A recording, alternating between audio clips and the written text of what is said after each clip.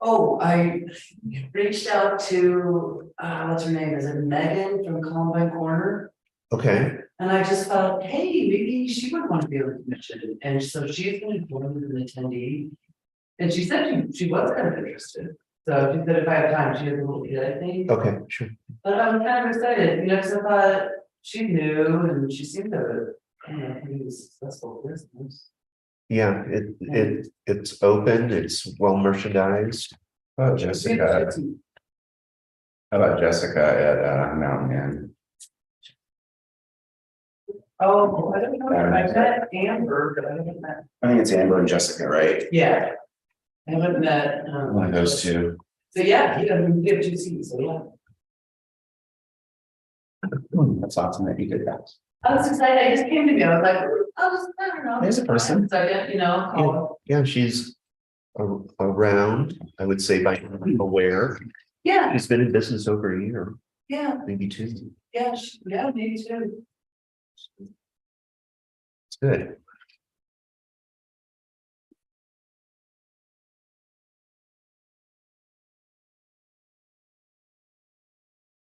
Do. Morning. Okay, sorry. I don't think the big last night, but it was still pretty loud about your comment when I was walking out. What did I say? Well, like the whole thing was kind of over. And then the end of it. And I walked by and go, then you see what, put a note. And they were just like, yeah, don't hit your first. I actually did a wall last night, I think it was like 9:15, I'm like, oh my god.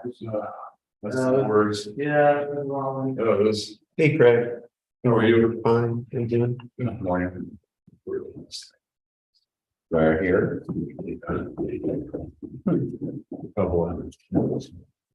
Couple of hour long topics to start the agenda. Hopefully. Neither one of them should have been. Probably more than 20 minutes. Were you just here as an observer or you? No, they're talking about the. Ordinance 5 and the floor area ratio. That's why I was here, but I had Was there any change? to. Table it again. Instead of the moratorium, but carved out projects that. Have. Which is where the ordinance sits now. The new ordinance sits now overall. You know, we're in an agreement, but it's better than it was kind of thing, so it allows most projects. So you hit a bat now. Well, Seltzer. I was sure if Mary's gonna have an interview get in here this morning on that. I'm still popped up. Bring it on. I still need no water, so no. Before that comment was made out loud, it was made under one's breath over there. And then when she said it out loud, I'm like, oh. Oh, yeah, you got it. Good morning. You went to my house. We were trying to thaw our pipes and our phone was out. My phone had a 3% battery. Your response is awesome, by the way. Oh. Hello, spider friend. Can I? Oh. I don't like. Pretty sure I left my mark up. I don't like it, man.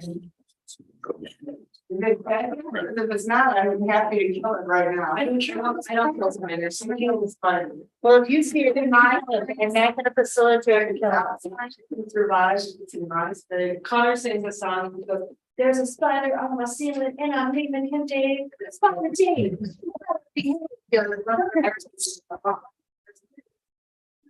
Right.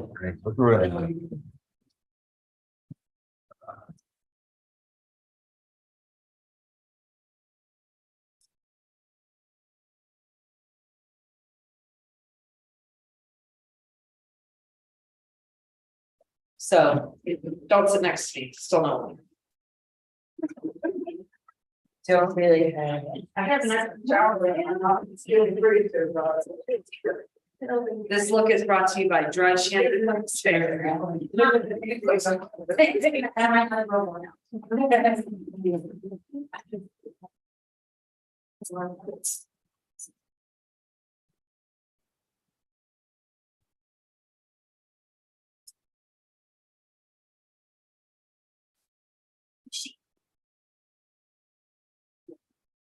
Oh, thank you.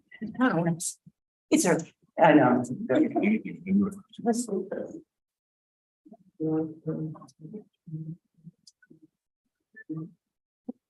All right, folks, it's 8 AM.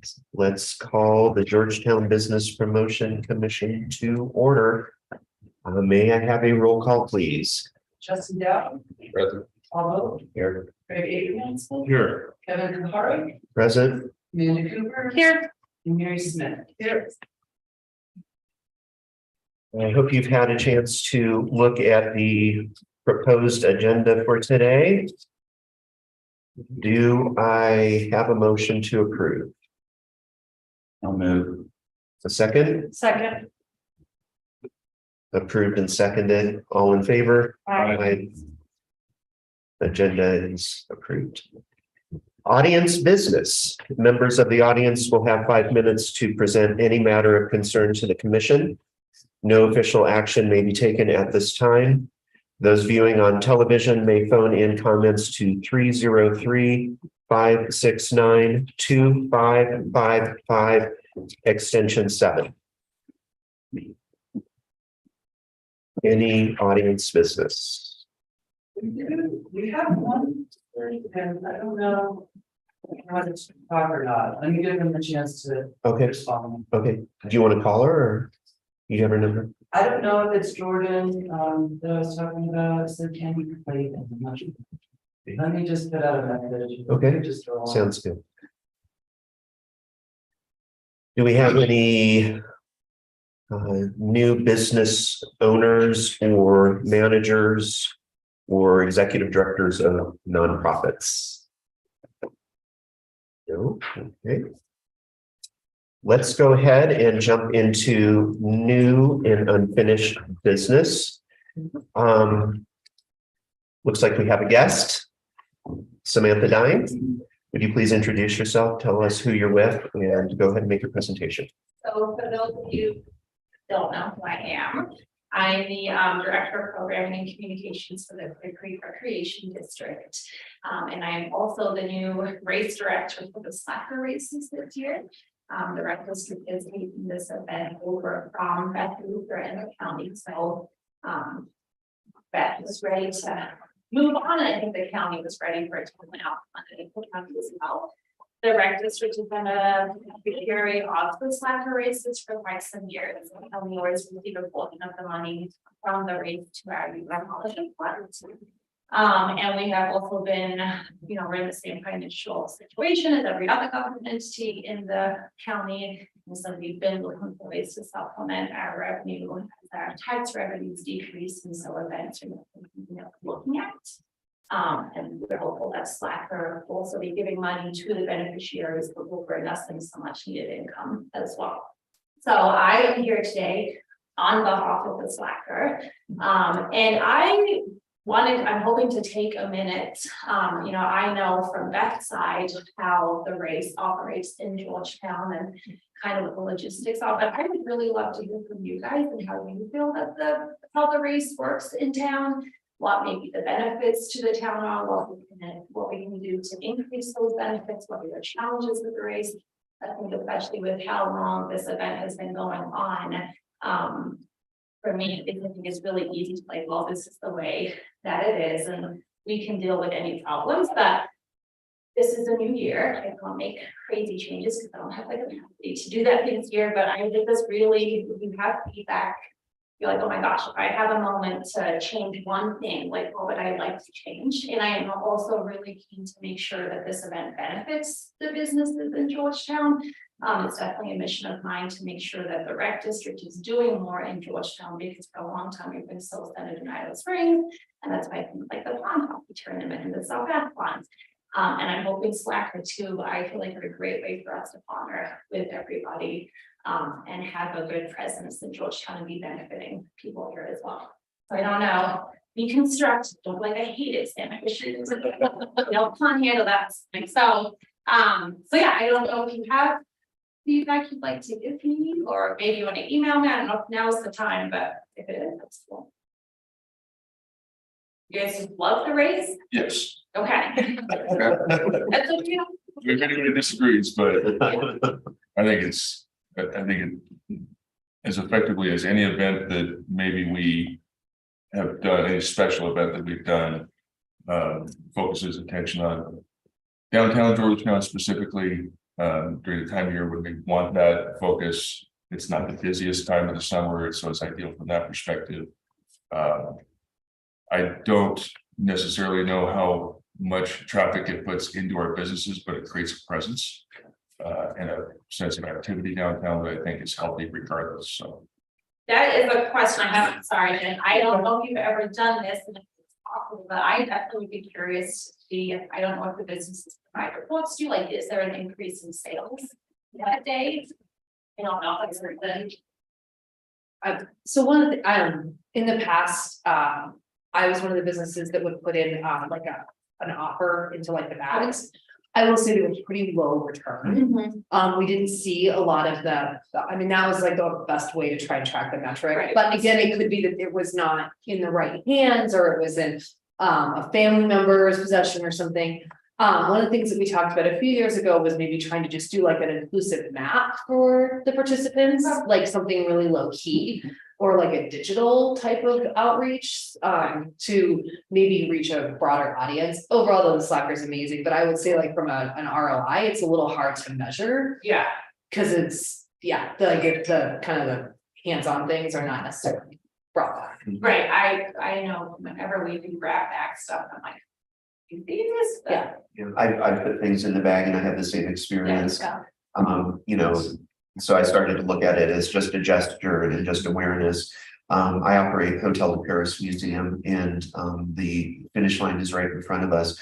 So it's obviously great exposure for us. It's not necessarily great for business that day, but it's a long game. And so it's that awareness and giving them a great experience overall that will plant the seed in their head to come back another time. So I'm all for it. Like any, as Kevin has said, like any event, the benefits usually are intangible. They're not day of necessarily, because people are focused on the event and getting home after and doing their thing. However, one thing that I think might be good for this would be to create a follow-up digital file or a follow-up digital thank you, or something that represents the businesses that are involved here, and come back to Georgetown. We're a live town because we're trying to show people that we're alive. But I think because paper gets lost, every time I get a grab bag from anything I ever do, sometimes I leave it in my hotel room on accident. And I never go back in. I intend to, unless there's a pen, right? So I think that if we did some kind of follow-up that was a joint advertising, or thank you for coming to it, and these are your sponsors, thank you for that, but Georgetown will feed you back. And I think those kinds of things might help us with furthering the message from our events. I think the direct economic benefit, just my observation, is actually the day before. And you know, every hotel room's full, every bed and breakfast, every, you know, VRBO, all of those are full, and all of those folks tend to, you know, be at a restaurant, walk around downtown, you know. The other thing I think the event can do a little bit more is focus on the participants' families, because that literally doubles the number of people that are in town. And so ensuring that they know that those people are welcome and there's activities for them to do on this end as part of the post race as well, and not just focused on the runners, would be beneficial as well. And that's definitely a plan, so I think for me coming in, Beth has obviously done this amazing job, this is the 22nd year now. And I don't want to like come in and just ride on her coattails, so I'm like, what can I do to make this event a little bit mine? And so a big thing is definitely the post race body, which we have some experience with, and so we want to do activities for the families. And that's something I kind of want to check in with you all too. If the businesses are interested, I think it'd be really cool to have them. Jen and I talked about this, have them come out onto the streets, maybe do some tents and booths out there. I don't know if that would help sales and give them more of a presence. I'm not sure if anyone's interested on that. The packet pickup Friday night, I'm planning to reach out to the businesses. I think in the past they've kind of done like get a discount at the restaurants. So that would be cool. I would like to do live music during the event, which I'm hoping will encourage people to stay a little bit longer and hang out. But we'll definitely have like family-based activities and so yeah. You have something? No, I think you just said what I was gonna say. I mean, we've met on this quite a few times, leading up to today, and my feedback from Slack and from businesses has never been particularly super positive day of.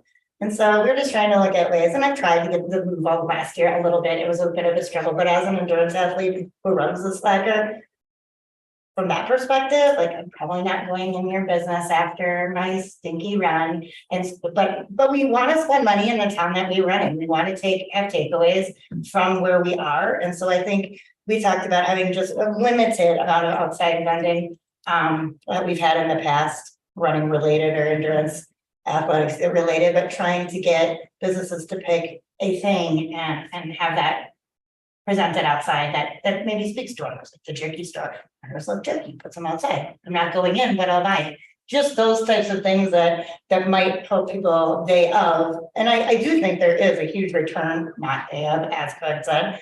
It's totally exposure, but just that feeling of being that it's not something coming into Georgetown and taking it over. That it's an all-inclusive participation in the event. And then obviously, I think the after party and getting more local participation in that as well would be extremely beneficial. So that's where we've kind of been working. It's a common misperception that if we have an event and there's a bunch of people in town, we should all make a bunch of money. And it's just never been true. It's never been true the last 56 years for me. I mean, but exposure, you always have that opportunity to expose to new people, and that's where you get your return customers. So just one quick comment on the grad bag component.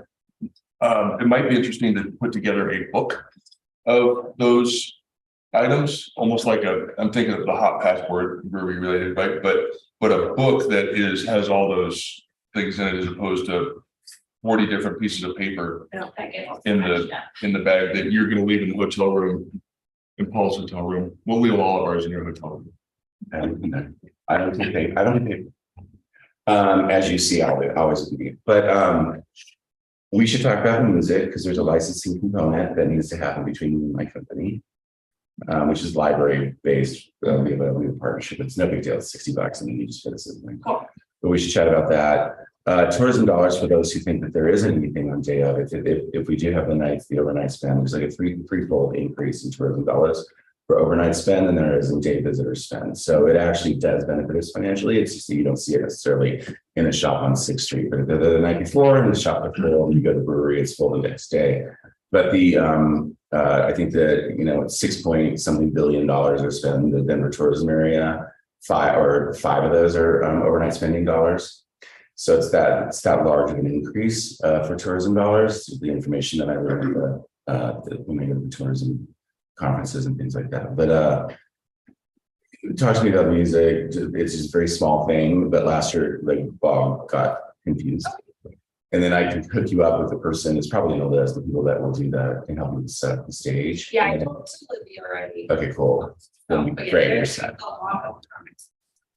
Scott's Park will be available again, like last year, even though you were sorry. So just whatever that additional space provides. Should we? If there are vendors, they could be, there in addition to the street. That's the street and closed anyway. Did we send a memo to parks to make sure that they're aware now that the Slacker's happening? They have a meeting tomorrow, so I can. Would you mention, that we specifically wanted them to be? So we're not under landscaping. Yeah, that there's not 40 Yeah. 40 pallets of pavers and stuff sitting right in the middle of the park on that day. Thank you. Yeah, what's the date of this? The 24th, and I am gonna have a paper to Okay, I'm sorry, the 24th of June, sorry. June 24th, okay. So maybe This is not everyone. to piggyback on what you were saying, Paul, you're not a paper person. A lot of people aren't, especially in that type of event situation.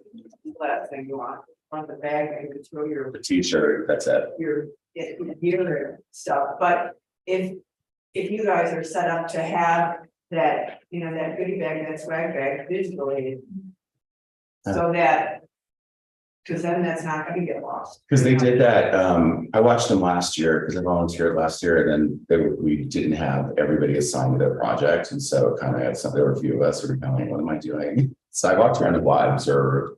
It's only 1 year that I've done that, but most people threw their wet clothes right in their grab bag and grabbed their sweatshirt and whatever out of it. And so all that paper was probably, I don't want to touch it. And then so that we did a passport a few years ago. That was a $5,000 or so rollout, and it was a swing and a miss. I think all of us would rather that didn't happen. But if it were a digital thing, I might participate in it. Or if we had some kind of geo fenced kind of coupon situation that, maybe you're not coming back now, but come back later. I would participate in Visitor Center in that, definitely, or to make sure that happens. Okay, I think it would definitely be good to talk more on that. I'm kind of liking this idea of the emails. Because I also have a huge email list, and I can send it out to everyone, not just the registrants. Maybe reading up to it, and just like if you need accommodation, this is obviously on the website too, but just an email would be good too, and then like make a weekend of it in Georgetown. I appreciate like the 4th of July is very busy up here. We could happily drill the July events into the email off the rate. I'm not sure. Yeah, more is always better if you're at capacity. So, but that might be something different too. Like, there's much fun. Back to July. So yeah, we could definitely try email and on social media to be something leading up, and then I like that. Like, thank you to our sponsors. Don't forget about, you can do X, Y, and Z in Georgetown. So might be a good way. I'm not a people person either. Don't do that. There's the point in time where your audience is kind of captive is really maybe the transportation component, because they've got that time when they're sitting on the buses. Yeah. And so maybe finding some, collateral or advertising that could be available, like just visually there with like a QR code or something. Okay, yeah. Because they sit for a little bit. So maybe even just like welcome to the Visit Georgetown, like making them to that and having them spend some time, that would be good. So I think the invitation to go to businesses or to come on a return visit, I think that's important. So yeah, please do that. I don't see any issue with telling them about the 4th of July parade, because it looks like it's just 2 weeks after the run. So that gives people enough time to decompress from this event. And if they had a good time, they're going to still have those warm, fuzzy feelings about us. I think on us too, we need to think about making sure that we have all of our printed materials up and ready. Yeah. Like, posters or advertisements and schedules need to be done by June 1st. So that when people are here for the Slacker, they're visible in all the storefronts and everything. But that's an us thing. Yeah. That's a whole different discussion too. Whole different discussion. About taking advantage, cross promotion, and taking advantage of the time when we have all of these events and using them together. And we talked about it over the years, but we should really do it. Any more comments or questions for Samantha? Samantha, any for us? yeah, so I know that you have been a sponsor of the event in the past, and so I'm not sure. I think the amount has varied, and so I'm just gonna throw out there, I'd like to request up to $1,000 to cover the cost of live music during the event, and we could say that the town sponsors the live music. But I'm not 100% sure what exactly, if you have only picked something money is going towards, what the budget is looking like, how you're feeling about. In your, yeah, so we, in years past, we've done 500. Yeah. I did increase the amount when we wrote the budgets for last year. That's still a little bit of flux with the situation on the budget, so your call. Paul, how much does it cost you to put on music for a day? Our so single concert on a Saturday, depending on which one it is, single player 2 hours is between if it's a local who is not an original act, they started about $250 to $350 individually. Trios are about $800 to $1,000, and we kind of stopped there. The only one that we go to $2,000 on is the Mariachi Sol de Mi Tierra, but that's a large group. So I would say I always count about $1,000. Do you have an act in mind and a cost in mind? I don't Okay. currently. It's $150 to $200 depending on how long you're doing for the for the, that was the artist. Then you have $160 for the licensing for the stage. Then you have $150 for the 2-hour period for the engineering. And then that's all I pay. And then I don't pay the rest of it. How much did you say you put in the budget? I can't get on the Wi-Fi to pull the budget. You can, I think I did 1,000 when I wrote the budget, but I just wanted to. I like to look at it before I say You want me to that. run down and out? I can do it really quick. Well, can I just suggest that we don't think we have to get in the weeds, it's February. Yeah. But can we just make that note that we think we've got $1,000 budgeted for support I of feel pretty the strong at slacker? 1,000 because of the And- increased health events. And, we'll review it once we have more information. We'll have a lot more information about a lot of things, I hope, in a month. We can make sure we understand exactly what we budgeted, number one, and number two, we'll have an idea what's going on with our lodging taxes or sales tax and lodging services. So, Samantha, would it be possible for you to come back to this meeting in a month? Even if it's by Zoom? Yeah, that's Okay, all right. I think we will be in a better place to answer this. But thank you for taking this on. Yeah, I'm glad the event's not going to go away. yeah, Okay, great. And so we meet on the first Wednesday of each month at 8 a.m. in this room or via Zoom. Okay, okay. Very good. Well, thank you for your presentation today. Appreciate it. Do you want me to sit around or? If you want. Now that you mention it, yeah. Good.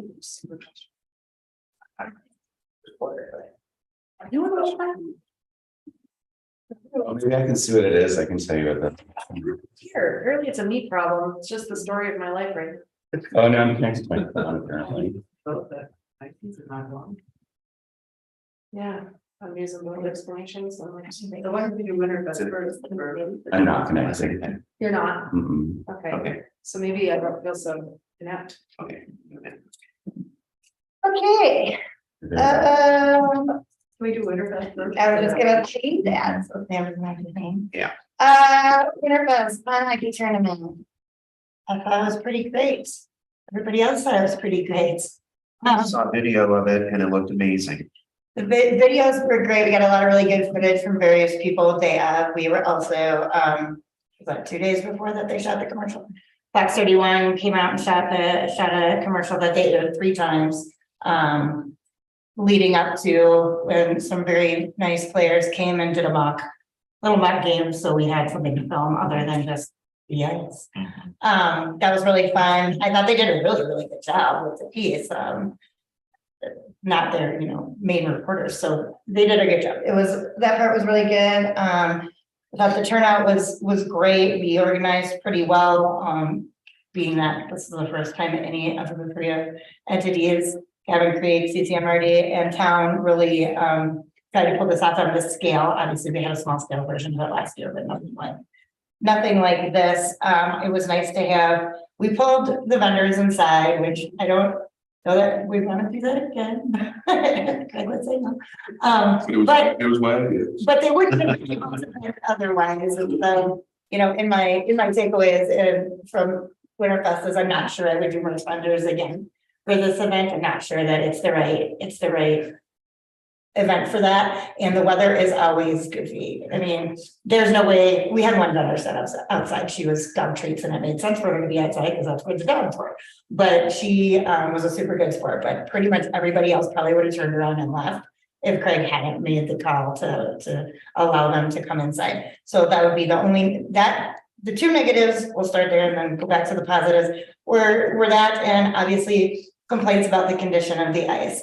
We're not the NHL, we tried. I think we know what we can do to improve it moving forward. Kevin was out there tirelessly working on those ranks, and he really took a tremendous amount of pride in what he was doing. So huge thanks to him for everything that he did for those ranks. But that was really the only negative. But let me tell you, when it was a negative, it was still like, how's the ice? It's Going here. I mean, it was a negative response, but the overall mood was still incredibly joyous and fun. So I feel like nobody got hurt, wasn't the end of the world, and they still had a really great time. The music inside was great.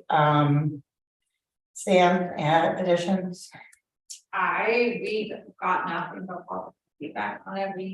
My team was super happy with it. It was great working with the guys. And so, yeah, we were happy with the event and, it was really something, and I know you guys do this too, but we have a lot of community-based events, but we definitely like to do events that pull people from outside of the county. And this was one of them. So the majority of the teams were not from the area. And we were full. We sold out. There were like 4 or 5 teams that wanted to participate. That one Wow. gave us. It was great. Craig, how was business? It was way better than I thought it was gonna be. Okay. Honestly, these types of things tend to not be the greatest on our revenue because there's a lot of disruption to our regular business flow. Sure. You know, we took up 30 seats with the vendor area. You know, people tend to hang out as opposed to turntables. But the day honestly was, from a revenue perspective, far better than I expected. And exposure, of course. The exposure and what was really fun, I thought, is while it was an event that we were trying to pull people in from out of town, the place was packed with locals that aren't usually down there. I mean, it was full of locals for the party part. At the very least, there were a lot of locals down there observing. There's a lot of interest. From my point of view, this proved the concept. We've got about a 2-page critique document going right now that Sam started in the sharing. From Cabin Creek's perspective, we start planning next year's event right now. And we can address a lot of them. We can address every issue that existed, I think. So it was a fantastic event. Well done, Sam. Well done, Jen. And thanks for letting us participate. Just a little look over our shoulders here. Talk about monetizing the lake has happened for years. And the last 2 years, thank you. I'm seeing that happen. In my mind, we need to think of it as like a sports stadium or a sports arena and have these events and market it. Well, we'll see. But I think we're definitely going the right direction. And I have, a Google news alert for Georgetown Lake and for other things I'm interested in. And I get more notices off of Google about news stories or videos about Georgetown Lake than any other thing I follow, including the hotel and my old place where I work. And so the interest is there, the opportunity needs to be provided, and I think you're there. Another thing I'd like to say looking forward when it comes to the condition of the ice, recently I learned the term wild ice. And so if maybe you just own it instead of fighting it and just put it in your marketing that it's wild ice, I think that's very appealing. It's not a rink, it is nature. Right. And so that is a term, look it up. It's wild. very much, I'm sure. But yeah, just say that it's on wild ice. And that might help to push back on the negative critiques.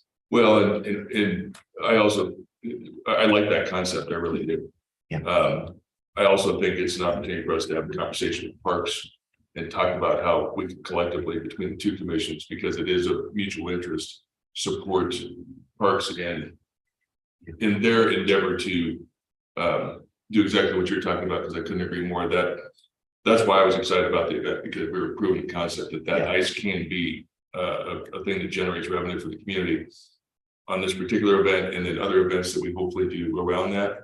My one thing that is always on my mind right now is how we tie in downtown. And I've got some thoughts on that stuff, but that's going to be part of our critique process and hope is how we tie the event back into downtown, even with, like I said, the night before thing, just like with the Slacker, there's opportunities there. And I think that's how we help monetize it even further to benefit the entire business community. Samantha, did you tell us where the packet pickup will be for Slacker? It'll be in Strauss Hall. Okay. as it has been. So it'll be downtown. Okay, I'm just trying to get these permits. Okay. okay, got it. Can I add one thing? Absolutely. Yeah, I just wanna say, I think this event could be huge. Yeah, Absolutely huge. Everyone's very excited. And then I also want to say, as when we talk about, doing more on the lake and, I love the wild ice idea. I'd really like to see not such wild ice. Yeah. We had a couple people tell us, some options about who had their needs and stuff. Different conversation, but I just want to put in your minds that the rec district would be very interested, at least having conversations with the town about any kind of maintenance up here, any partnership. So if there is discussion, then if you're comfortable with it, we would definitely love to be involved. Is that I really want us to do more in each town, and the lake is a great way for us to partner, so. Rick has some lines on Zamboni possibilities in the future, so you should tie him into too, because I know that's something that we've talked about. As far as keeping nice, maintained, not just for this, but for other recreation as well. Yeah, I had Neil Duncan reach out to me and said he would be willing to go 50-50 with us. Because he felt like it's an underused resource that we have as well.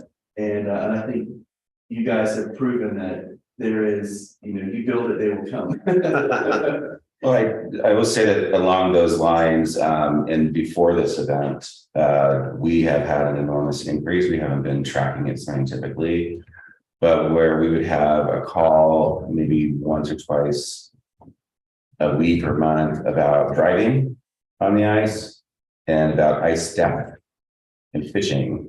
It has increased to multiple calls every single day. And to the point that we wish we had more access to an ice report.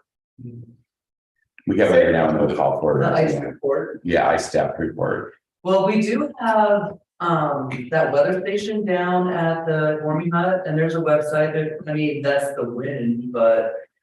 Sursa does test the ice, but And that's the report we share. So when we see the search report, we use it, but, Yeah. and then we tell people we can't tell you to go on the lake because blah, blah, blah, but whatever. That's interesting. But that, what I'm saying is that leads into longer periods of things for taking advantage of, which has been there forever, our gang, and taking advantage of the fact that we're a great ice fishing lake.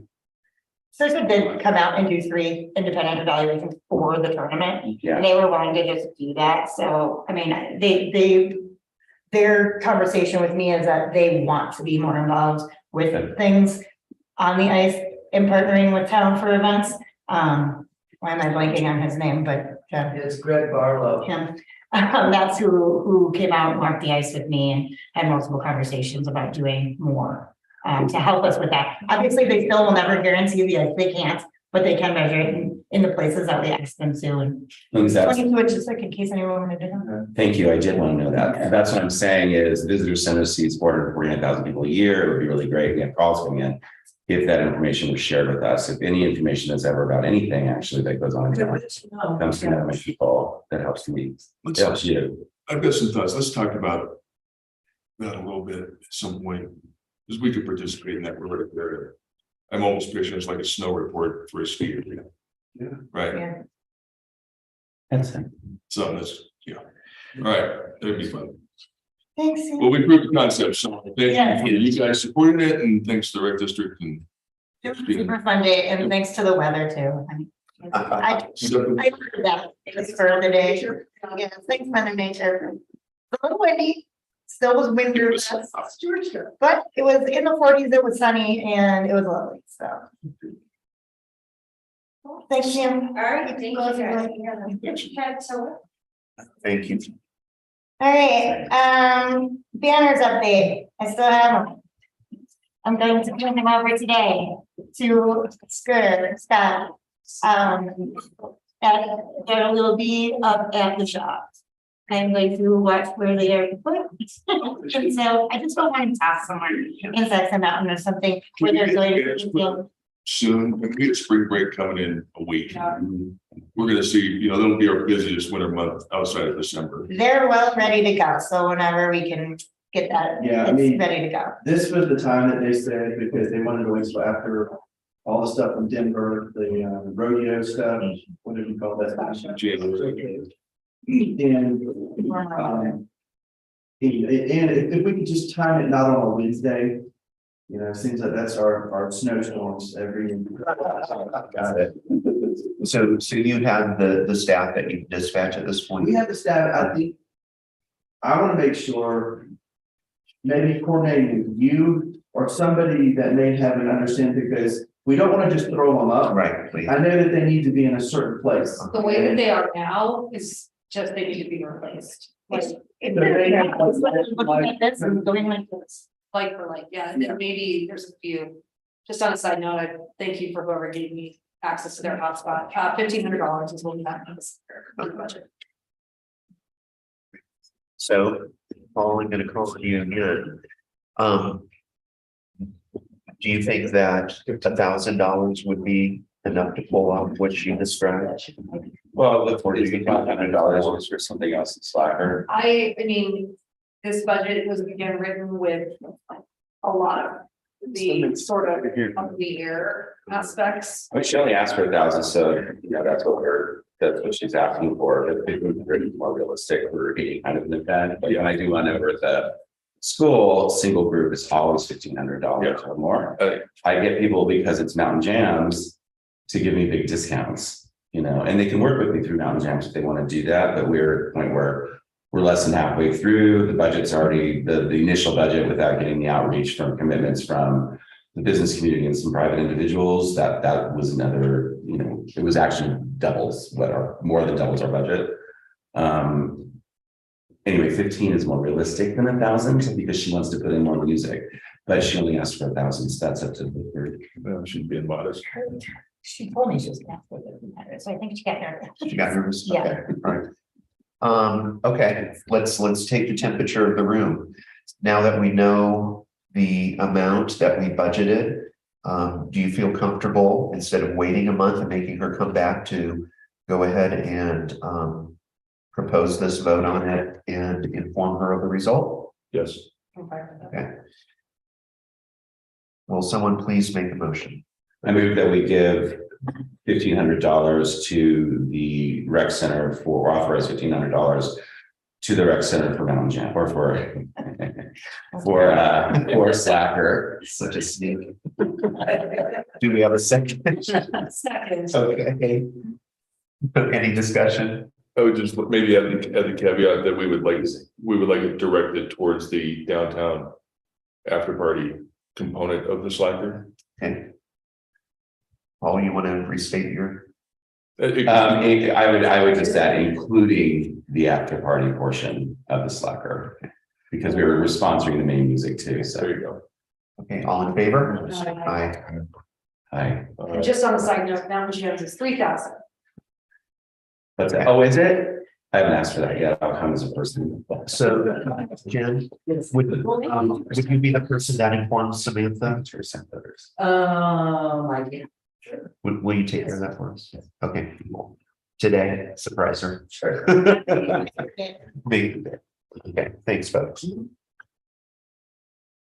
That's me. Back to you. Back to me. Welcome packets for new businesses. I still have not done all the material under the desk right here. So when someone does want to take that on and tackle it, that is where it lives. It's missing the folders. We use them for something else, but this materials that went in it, I think the whole thing needs a complete overhaul, and I would set them up the same way that they were set up if it were to be me that were doing it. I know Paul did some emails on the subject that I was gonna have you send to me, but that wouldn't make sense at this point, so send them to someone. So there's really not much of an update on the welcome packets for new businesses, but I just want to add, I still think it's a good thing to do. I would like to see if it, as a vision, this is me speaking hypothetically, welcome packets also for visitors in hotels and short-term rentals, et cetera, that kind of follow. Instead of, since we've been talking about paper today, could we do a PDF? Could we scan what you have as a PDF, have it on the website, And then when people sign up for a business license, pay for their business license, they're directed to that PDF. I don't see why not. Okay, I think that would I mean, be better than one. some of the things in there, like that big, it would just, you just have to kind of do what's in there, that big, thick. Yeah, it shows. Yeah. Jen, can you got that thing underneath your legs? Yeah, so.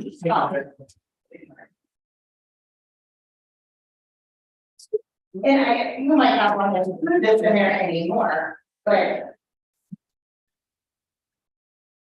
Like this. Oh, okay. Would be fairly tough to scan to a PDF. But Yeah. it just matter what you want to do. In here, there's just a bunch of different, and you've got, all of Nice. these are in there. So if you wanted to do it that way, you have to revamp the contents, but that is what is it, what's currently in the folders. Up to Okay. my point. Jen, Yes. when they pay for their business license, do they pick it up? Or do you email? Okay. Okay, because I wondered if they came into the office, if you could give them those two documents that she just showed. I mean, we could put an email out to have them come pick it up, but no, they don't. Or the person, or it can be hand delivered by business promotions representative, whatever that looks like. I mean, that's a good introduction. That's true. The original introduction was kind of the ambassadorship of like, hi, this is, if it was Rick or if it was one of us that went in and said, welcome. Yeah, okay. Yeah, I like that idea. I think it's personal. So keep it as a hard copy and keep it personal then. Okay. I think that's a good idea. Okay, I like, yeah, I forgot about the human component. That is very neat. Okay, cool, thank you. So I'm not entirely sure how to approach the next three things on here, except maybe just to talk about this. Does that sound man? I mean, I think, yeah. Because this is where it lives. I will send these things on digitally. My computer is downloading a whole bunch of stuff onto a hard drive of files. I've had some computer issues and I don't want anything to be lost. So it's all going on a flash drive off of the computer at the moment. But I will send hard copies or digital copies of my 2022 marketing and promotions recap, events and marketing newsletter. So you should have it for January, but February's. I just redid some of the information that was incorrect. And then strategy for 2023. So this is the binder that I put together. That's Georgetown Events and Marketing Manager. Everything that is in my brain and that has been done up to this point lives here. So it starts with the recap. There's a very skeletal marketing and events strategy so that someone else can fill in their vision, but there's also a 10-page sort of recap of what the strategy that I had in mind was to look like. Copies of newsletters, basically lists of anything that would be needed for anybody to just take over and do their thing with whatever is done, applications, various flyers. So I've got a few more things to add. And then I also have one, these will all live here too. So if anyone wants to look at them, there's one for each major event with all of the contacts, everything that you need to know, takeaways, follow-ups, musical acts that we have, every vendor that we've used in the last 2 years, all of that contact information is all here. So those were my major projects for some time. So that's for the last three things on my list. That is where they'll be, but I will send them to the commission when I get done here, and you will have it digitally as well. I think we're gonna leave this here, and if you want something hard copy from it, I'm gonna leave it with Jen. You can scan, you can just copy for them. We just don't want anything to go missing from the binders. So we mark it. And so you can have whatever you want from these. So that's kind of where I sit with those three. And again, like the marketing and promotions recap, I know that's something that needs to go to the board of selectmen. So I'll send it editable, not an editable, editable. Don't need it. And something you can edit. So if you don't want to present it exactly as it's to the board of selectmen, then you can change and add to it as you see, but it has my take on the recap for 2022.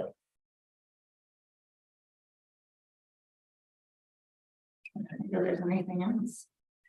And that's everything that's on here. I have the most up-to-date events calendar in the February newsletter in printed form. I'm gonna leave some copies of that at town hall. People have asked for hard copy of the events rather than just the events calendar. Everything that has been given to me on the events calendar is by no means all inclusive, I would say. It's a struggle for me to get events that are not mine put on that calendar. Obviously, people think it's broken if they go to a March and there's nothing on it. No events in March, but there probably are. They haven't been submitted. So I think that the easiest way, and you're really the only one who does it this way, Kevin, is to submit it through the event through the website, submit an event submission. That way it's just a button click and it's not subjective to anybody's interpretation or wording and it gets on there super fast. And so I would encourage people to do it that way moving forward. There's many updates to the website that need to be done. That is my fault. I'm very focused on business pages and events pages, and there's tons of back stuff in there that is incorrect. I've submitted all of that to Kyle.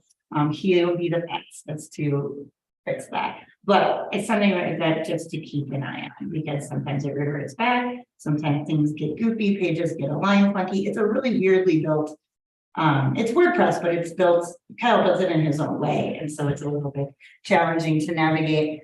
And I have not been the best at doing so. It's a little, that program's a little outside of my wheelhouse, but it should have been taken care of better than it has. But all that's been submitted. The business listings, if they did not submit a picture and a blurb, it's just a listing. They can change that at any time, but we just didn't want to miss anybody because they are too busy to submit whatever they want to submit. And I didn't feel that submitting pictures and descriptions that were subject to my interpretation was the right move. I agree with that.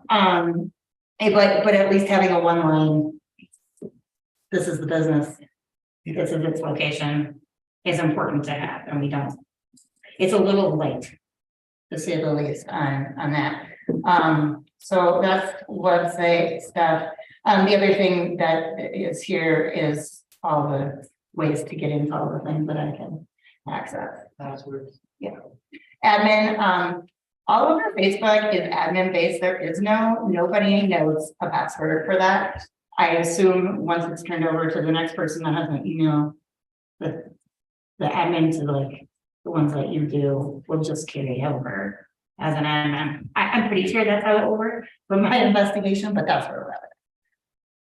So, yeah, those are the things I've been working on for the last couple of weeks. No events coming up, so we're good there. And yeah. Thanks. Thank you for that. Yes. Okay, wayfinding signage, that's me. So I just want to continue our conversation from last time. And I think we have to pick and choose what we focus on so that we don't bite off more than we can chew. And so what I remember from last time, correct me if I'm wrong, is that there is interest in updating the very large sign located at the Georgetown Gateway Visitor Center, because it points everybody to the historic commercial district and nobody down to the lake where other businesses now reside. So what I propose is that we engage House of Signs to return to Georgetown and take a look at that sign and make suggestions on how to make the appropriate changes that reflect reality. The other thing that kind of goes hand in hand with that giant sign is the lack of signage going down the frontage road towards these businesses, which would be Cabin Creek and the Microtel at this point. There are still other businesses proposed that haven't been built. Is that right? Okay, so it's going to continue to grow. And so I would like basically for the town administrator and for this commission to give me permission to contact House of Signs to sort of tell them where the weak spots are and see if they could come up with a proposal for those two signs. And if we want to be a little more ambitious than those two signs in the Gateway Business District, I would suggest that we could either update the public parking signs to look like our brand. Great example is the one down here in block 20 where the hotel sits. It's very 1870s Old West, you know, it's the rustic with the router letters. But it would be very nice as a business manager. As a business manager in this block, I will say that the questions are two. There are two questions. Where do I park and is it free? That would be number one, and where are the restrooms, number two. So I think that sort of needs to be addressed in this block. So would you agree? Yeah, okay. And so if I had my druthers, I would really like to talk to House of Signs about updating the giant sign at the visitor center, creating a new sign on the frontage road. I don't know where the location would be. I'll have to work with you to see what the town owns. And then parking and restroom signs downtown. So Let's make sure that the restroom signs point to Strauss Park. well, that, you know, I'm sure this building is at capacity with visitors. I'm sure it is from what I witnessed. And I'm sure it's very interruptive to your day. I'm sure it is. It's just disgusting. How about that? We'll just. Oh, or that. Okay. It's fine with me. Restroom, Strauss Park, if you don't feel well, sit town hall. So as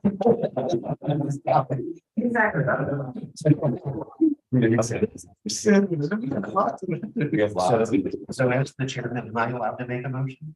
Yeah. Okay, so I am going to make a motion that as the commission's authorized agent for wayfinding and signage, that I be given permission by the town administrator and this commission to contact House of Signs to examine the large existing sign at the Gateway Visitor Center, to talk about a proposed sign on the frontage road, and to update public parking and restroom facility signs in the historic commercial district. I will second. All right. Well, that's a long form motion. It's how my mind works, I'm sorry. Okay, so it was I give you. the second, okay, great, fantastic. All in favor? Aye. Aye. Okay, discussion time first. No. We've discussed it. No discussion. Yeah. I haven't comment, I just want to. Okay. Aye. Take it through the agenda, baby. Yes, we You have to. Okay, so Fred, you're up, bud. And we can table this till the next time. I've done some research on other historic business districts. Okay. But I have not put anything in the form of a proposed. Okay, so you want to just skip over now? Yes. Okay, got it. Okay. All right, we're down to mission statement. You all have a copy in front of you. If memory serves me correctly, there were two things that I pointed out that I wasn't comfortable with. Craig found a solution for one, and that is volunteer board. We're changing that to an appointed board. And then I did not like the word or the phrase visitors leave. And so I believe we changed that to visitors are given positive impressions. Anybody recollect any other changes? And Craig, I'm going to call on you again. There was a little talk probably 2 or 3 meetings ago about the purpose of this group. Right. Do you feel comfortable with this? Do you think this is workable? Yeah, This can always be changed I as we think go. this is consistent with, the code. with Okay. the ordinance that creates Okay, the commission. So, yeah, okay. Mission statements can always be updated, changed, dropped, whatever, as we go, as the environment around us changes. And so, but if this is current, if people feel comfortable with it, what I would ask is if we approve this today, we map all of our actions to this statement. So if something falls outside of this, maybe it's not for us to focus on. Maybe it's another group like Parks and Rec. Because as you pointed out, there was overlap at times. But I would encourage everybody to give it one more look. And if you feel you could map your thoughts, your actions, your proposals to this, then I think we should consider voting positively on it. Can I just make one suggestion, just to. That visitor, instead of the leading part. which you already Yeah, yeah. Can we just say visitors have positive experiences, so it's more active rather than our. Are given, yes, You know, just yes, keep it yeah. short and sweet, but. we want Visitors it to be, have positive impressions. Okay. Experiences, I think. Oh, experiences. Okay. Okay. And then otherwise you said you know, we were changing that volunteer to appointed. Yes, that's right. The other comment I would make, Kevin, is in that second sentence, the commission's goals, I would say goal, because it reads like it's a goal as opposed to multiple goals. Well, the way I'm seeing it is operate successfully and visitors have positive experiences. That's fine, we should reword it then, so it's. Okay. So I'm seeing as two, that's fine. The commission's goals, and I'd like to change ensure, I don't know how. Okay. because I don't know that we're capable of ensuring Yeah. that. Yeah, that was the other one. That is right. We did not. Establish achievable goals. And ensuring that they have, so the commission's goals Assist, are to support. I think support. Support business license holders and nonprofit organizations. To operate successfully. And to. And for visitors. yeah, I like provide and to And provide to, visitors. Provide positive experiences to visitors. Yeah, Actually, I'd pull out the and, I would put a comma successfully and provide positive experiences to visitors and leave them with an intent to return. You don't want them leaving, you don't want to use the word. Or give or whatever you want to say, but intent to return is the whole goal.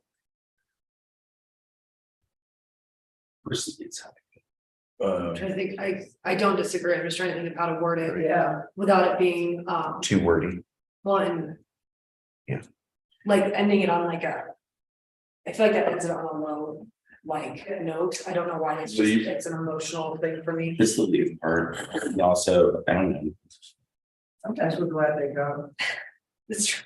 okay, Randy, To provide, Well, then we should change it to, maybe I should write that again, because we are looking for specific visitors. And Okay. that's the whole- Where they're from. But never mind, I'll, ignore my portion, I will send it, I'll word it properly and send The it. commission's Okay. goals are to support business license holders and nonprofit organizations, comma, no, not comma, No. excuse me, to operate successfully and for visitors to have lasting impressions. I just want Or to. and to create the atmosphere for visitors to have a positive. And to, how about to create? to positive- create a positive experience for Experiences. visitors, how about that? And to create a positive experience for Yeah. visitors. Right. Good job. Well, I only came up with it because Paul was muttering. okay, so Paul, does that answer your concerns or no? Yeah, because maybe what I'm saying is part of that intent anyway, or part of the thing. If they have a positive experience, They'll come back. they're gonna come back. Okay. So Amanda, since you just rattled it off, can I call on you to make a motion and read the final She'll do her statement? best. I motion to approve the mission statement for the Georgetown Business Promotions Commission as follows. The Town of Georgetown's Business Promotions Commission is an appointed board that enhances the economic climate in Georgetown, Colorado through marketing, events, and community outreach. Commission's goals are to support business license holders and nonprofit organizations to operate successfully and to create a positive experience for visitors. Okay. Do we have a second? Second. All right. Okay, any discussion? No more? Anything but that? All in favor? Aye. That was a long one. That has been on this agenda for a very long time. Town administrator, sorry, your turn. Sorry to be so. I mean, I don't have a lot. I just have a couple things I just want to bring to your attention. Things that I'm thinking through, working through, struggling through. How about that?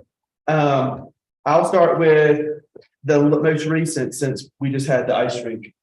I'm really excited about this. I think this is something that coming in for the first time into Georgetown, I love water.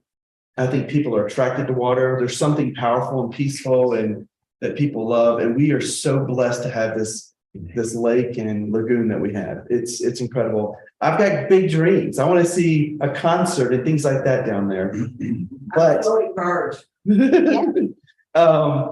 even I want to see the parking. I know that was a touchy subject about paid parking, but I really want to see that.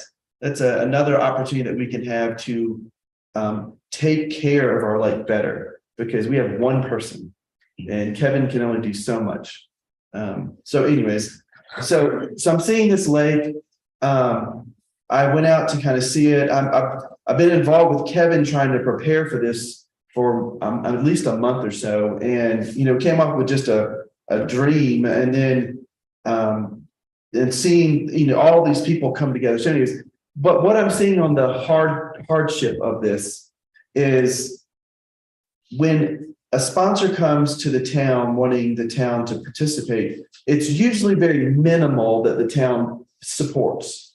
It's like, oh, sure, we'll go put the barricades out. No problem. Sure, I'll help take the trash out. No problem. As long as there's volunteers to help. But, it's usually like we're coming to assist and kind of come along. But if you understood the amount of hours that Kevin has put into this ice rink, it's not feasible for the staff to do it. It's too big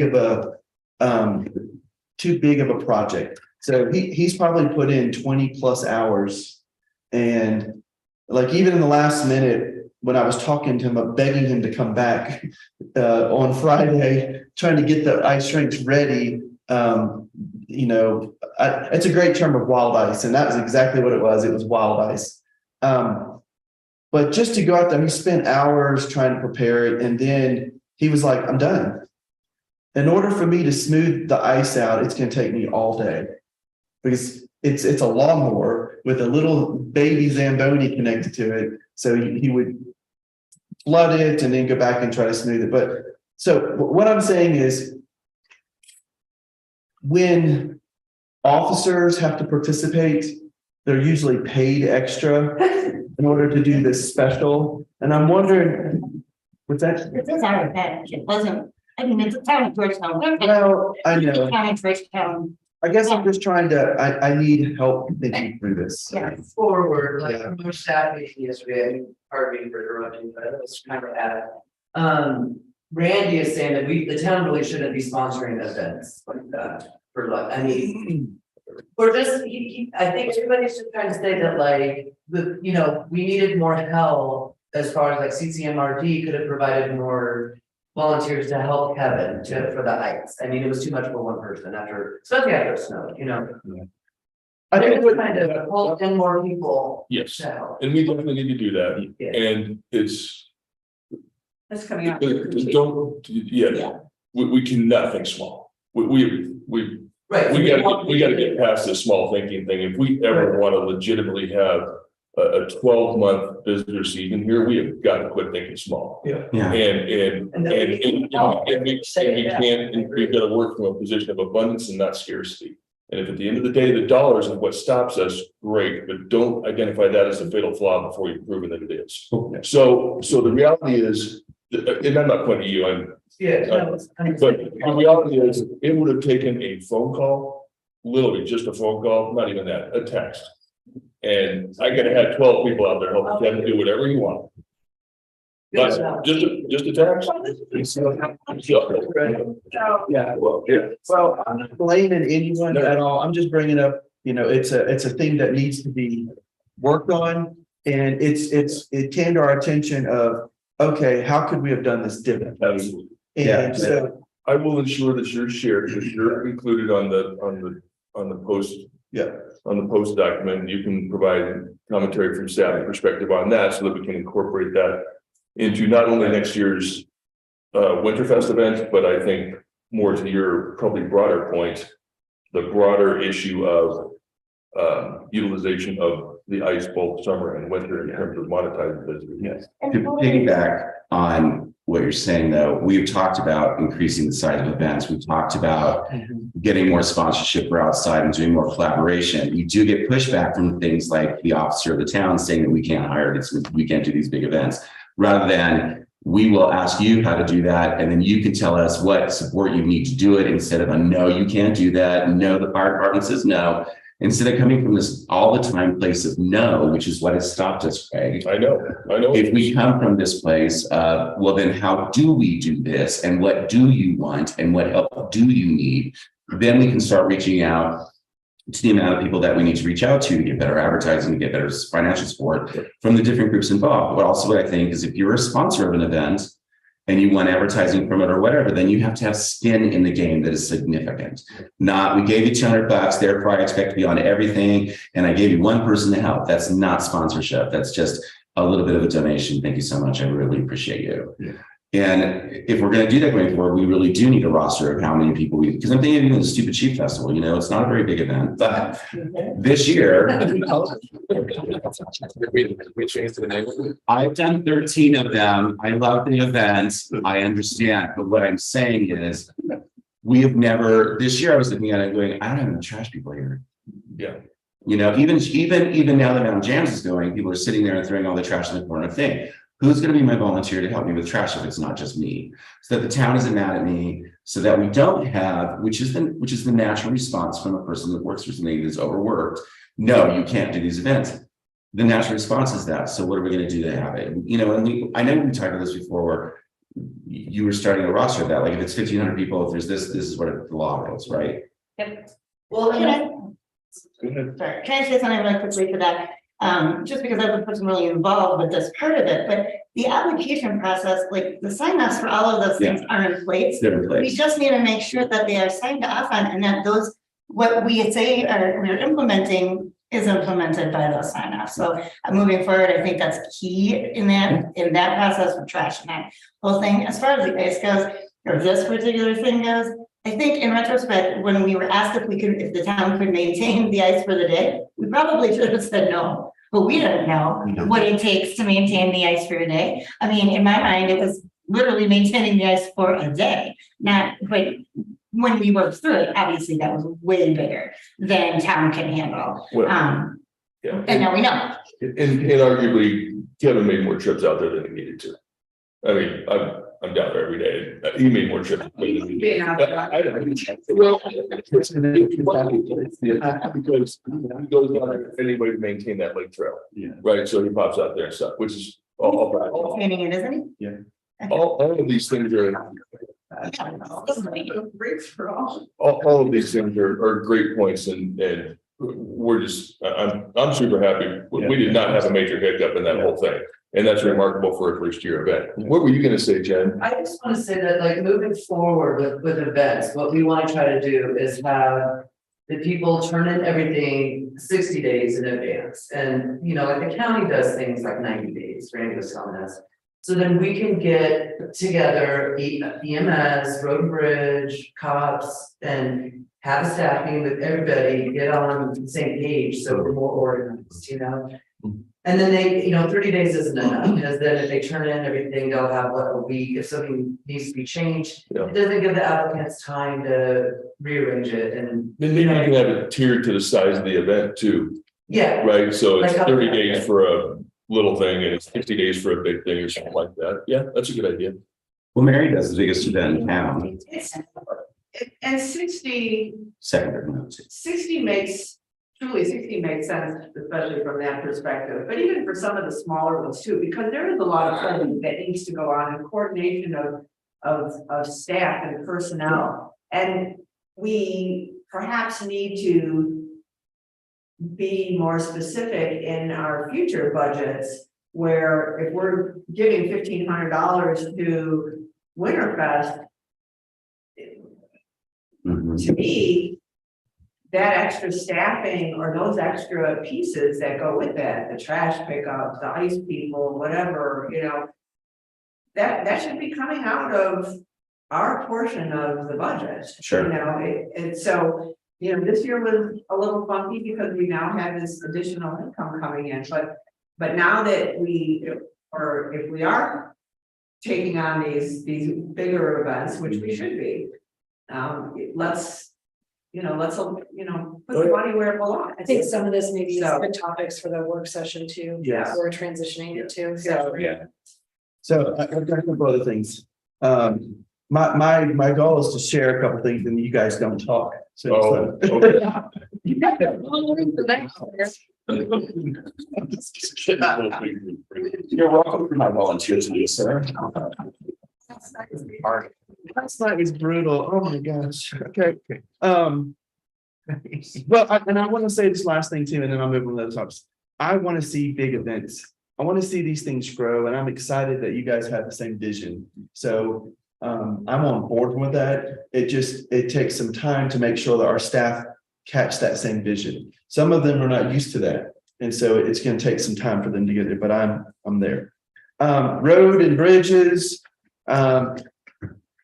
ESI, the company that we're working with, basically has, I know you see a lot of things that are going on. We are in the process. They cannot come out and effectively do the road improvements and pavings and concrete pans effectively because of the temperature that we're at right now. And so once the temperature rises up, then we'll be able to fix that.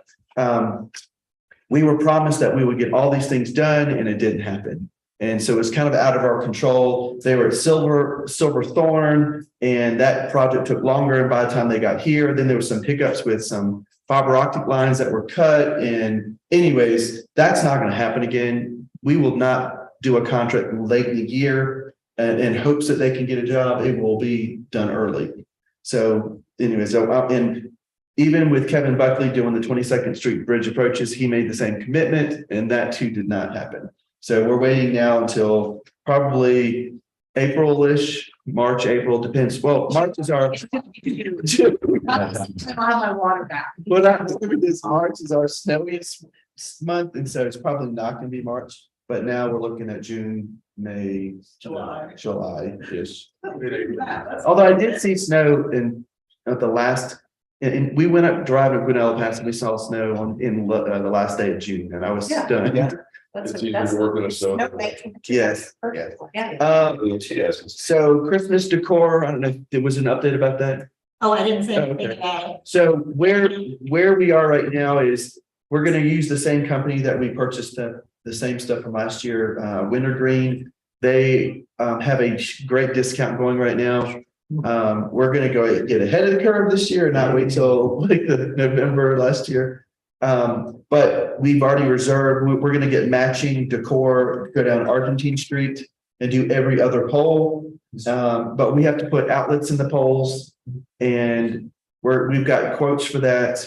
And we've got quotes for the Christmas decor. It'll be wreaths, matching wreaths that we have. So there'll be LED white lights, garland lidded white lights, and red bows that are matching. Yes. So everything will look very succinct coming into Georgetown. That's between the roundabout and 6. Yeah. Yeah. And we are 19, so they're ordered ready to go as Yeah. soon as it gets approved by Parks tonight, but for 19 of those lamppost sets that look exactly like this. Yeah. So it'll look Roughly really every other. nice. And we kind of already got a preliminary approval, but we wanted to take it still to the Parks Board and have official approval. And it's on waiting, so the Wintergreen's already reserving this for us. So anyways, that's just an update. And then my last thing would be lodging tax, everyone's favorite thing to talk about. I know yours. So where we are right now, and I'll just give a basic just debrief of this. We've had multiple meetings with the county. We had one yesterday, and it seems that we're very on the same page now. And they still have to go to, they'll have an executive session to approve what we're all thinking. Then the next thing would be a call to the Department of Revenue to turn it off from the county side. And then we will have a letter written together from the county explaining when this will be cut off. And that is determined by the Department of Revenue. So it's out of our control. It's out of the county's control. It's then determined when, and usually, most likely it'll either be July 1st or December 1st. And those are the 2 days that they cut it off. So that's where we are. That's a good question. Yes. Which, or if this is even possible, which organization is going to say that we are going to go for the funds from the other organization rather than private individuals until this is resolved? So that the burden is not placed on the businesses, but is placed on the two entities that are in the disagreement. When is, so when would, In other words, you don't collect or they don't collect, and then you go after whatever the other organization is with the back taxes and say, y'all need to write me a check. Instead of somebody twice. right. It's been discussed through the county's meetings and with the Department of Revenue. The Department of Revenue, they only, there's policies that they do. So they don't back collect, they don't reimburse, they just turn it on. And it takes a little while because they make sure that there's nothing wrong and there's, oh, you made a mistake, therefore we have to turn it back on and off. So they wait to make sure everything is worked out and then they turn it on. Typically what happens is there's 45 days that the county has to give them a notice. And then once that notice is officially given, and then it's the next cycle that gets turned off. So that's how they do it. So the Department of Revenue is billing twice, or we're billing it? No, They don't collect ours. yeah, the town We self should elects. stop. So, no, that was brought up already, that the town, We really should. the And town, the county can write us a check. the county won't do that either. The- But isn't that between us and the county and not the business person? This is not what I voted for to recommend. That's what I'm asking. And it's not, more importantly, it's not what the community voted for. And I'm in support, I voted for this, just so we're clear on the record, but it was clearly advertised as a replacement tax. And it obviously is not right now. And it is a burden on our community, both the businesses that are trying to collect it as well as the visitors who are paying it. And it wasn't the intent of the board of selectmen when they threw it out there for a ballot issue. And it certainly wasn't the intention of the voters when they voted for it. The town does have some control right now in terms of how it behaves. Just because others are behaving badly doesn't mean that we should. We have put a number of programs on hold because we're not sure of this, right? It's not, I mean, in a number of efforts on hold because we're not sure that we could collect this. We had to just bite the bullet and say we're not going to collect it through July 1st, number one. Number two is we had to get CML involved as our lobbying entity that we pay money to and get a phone call to the governor's office. He controls the Department of Revenue. I'm absolutely certain that there's a dude sitting at a desk with an enter key that can make this change happen at the time and place that the governor says it should happen. Just because the county screwed this up does not mean that we're completely off the hook. We have some culpability here that we should recognize, I think. And that's my soapbox. Will the county reimburse us? I mean, that's the absolutely not. part that is, it's just, I hear you and I think, and I don't disagree. But it pisses me off that we have to bite the bullet because the county wanted to dig in. Oh, I That's agree. what's- I 100% agree with that. Illegal. They are. But our dispute is with them and it's not with the business person. 100% And that's where I am. And I know, and that's why it isn't fair to put it on the businesses, and I don't disagree with that in the slightest, but I also feel like us doing that is almost signaling to the county, okay, fine, you win, like, it's, and I agree with their advocates. So then that's what we would need to do publicly, is to show that we're doing this to advocate and then to publicly put it out there, why it's going on, and put the public pressure on the county to live up and be honorable. Well, let's see how well that's worked so far. It doesn't work, but it's not, but we didn't do something to burden the businesses. We did something to help the businesses, and what we're doing is having the opposite effect. Mind you, we are correct. We have righteous indignation. We have all of it, but you can still be right and still be a jerk inadvertently. And that's what we're doing right now. I feel personally, and I'm going to stop right now because you know the rest of it. I would have to see it step up and do more for the businesses that it's impacted. Starting now, starting January 1, and pushing that, where everything that rolls out, anything to do with events, whatever, talk about sponsors, everything we do should be recognizing our lodging vendors. But I can put every vacation rental on. No, but they all get through either VRBO or Airbnb or whatever. We can put that little logo on, just as we would put Rose Street B&B on, or the My Hotel, logo on, just to roll that out, you do Georgetown. This is where, some of our funding is. It's a small, it is, I think it's a small gesture, but I'd like to see us step up with that. Rather than give the county 6 months worth of our money. That we have goals for, we have ideas for, we have plans for. Well, then you know what, let's pull back what we just voted for slackers. I understand. Yeah, honestly, we have to. No, we don't. But I think In a realistic setting from the budget that we have always used, it would. There is money, there is unrestricted money in both the general fund and the sales tax and the portion of the sales tax fund that could absolutely be used to supplant those budget items that we would otherwise have to cut. There's money there. There is. And so It's not our budget though. it's the selectmen's budget and this, this was promoted by promotions, but it was forwarded to the voters by the selectmen. Yeah. And it's simply not, it's just. I don't disagree that we have to potentially review our responsibility. I think it is so wrong because the county is acting illegally and they know it. So let's sue them. Hell yeah. Where do I sign? this is, I would do that. I think we should have sued them January 5th. Seriously, the minute they signaled, no, sorry, because they're trying to hang on to one word in a very basic ordinance that was written with the way that ordinances are written, over the fact that they didn't think we were gonna win is the problem. They wrote their budget because they didn't think we'd win. well, and I'll also say this. I know it's charged right now, but the town is not at fault.